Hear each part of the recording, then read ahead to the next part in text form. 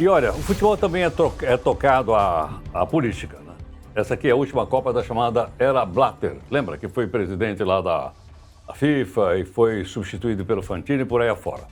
Nós pedimos aqui ao jornalista César Garfietti, que é jornalista esportivo, para conversar um pouco conosco. César, muito obrigado pela gentileza por atender aqui a Nova Brasil. Oi, bom dia, Heródoto. Prazer é meu falar contigo, seus ouvintes. César, o que significa então essa mudança de comando aí na FIFA, hein? Bom, se a gente pensar em Copa do Mundo, né, que eu acho que é o grande evento que a FIFA organiza, ela muda a forma como você pensa o futebol. As últimas 4 Copas do Mundo foram Copas realizadas em países em desenvolvimento, países, em alguns casos, pouco democráticos, onde a FIFA poderia colocar muito da sua força de execução das obras, das evoluções, enfim, que o futebol precisava nesses lugares.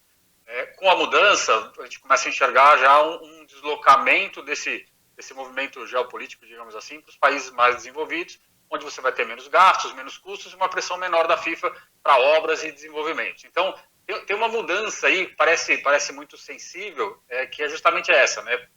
Temos um futebol mais voltado para os lugares mais desenvolvidos a partir de agora.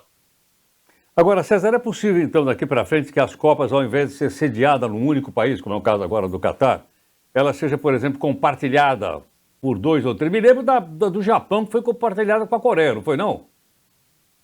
Exato. Foi o único caso de Copa do Mundo compartilhada, porque era um mercado de desenvolvimento, mas um mercado formado por 2 países economicamente muito fortes.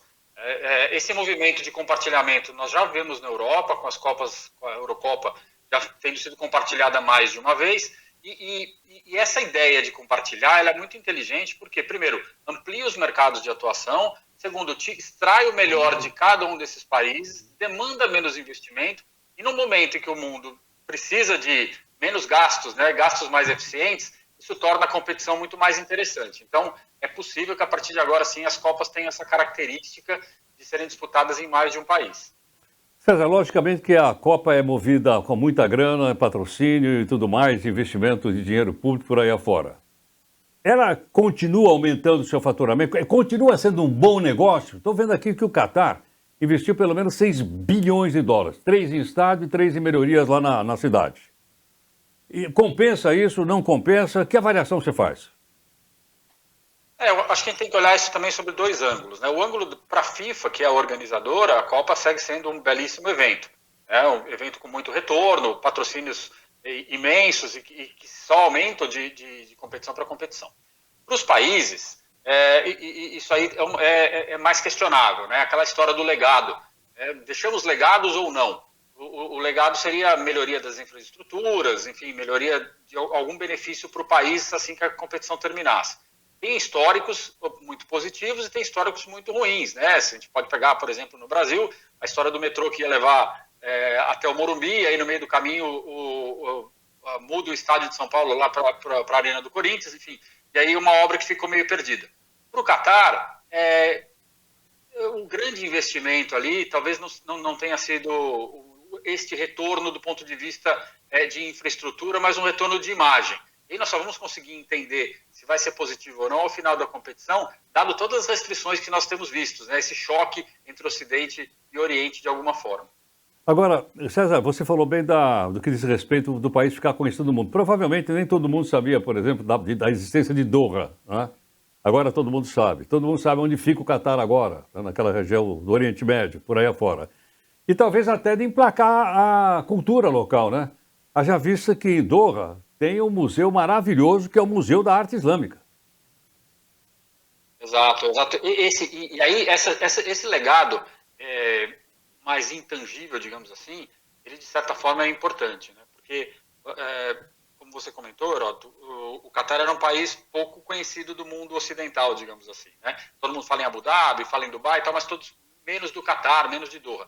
Então, essa exposição ela ajuda muito ao desenvolvimento econômico de médio e longo prazo, né? Dado que é um país que recebe muitos eventos, que recebe muitos serviços, digamos assim. Então, sim importante você criar este vínculo de alguma forma, que é um ganho, de fato, de médio e longo prazo. Agora, César, na área da geopolítica, o Catar tem a ganhar dos seus vizinhos, Emirados Árabes, Dubai, por aí afora? Não?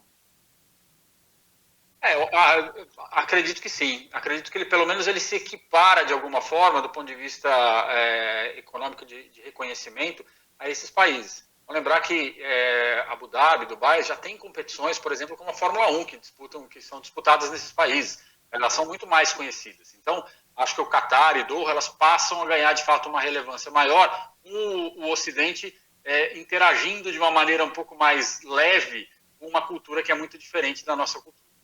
Agora, César, num momento como esse também, eu acho que até essas diferenças culturais que você citou, elas também ganham um certo conhecimento. Por exemplo, a proibição da venda de cerveja, álcool, né? Pelo menos dentro do estádio.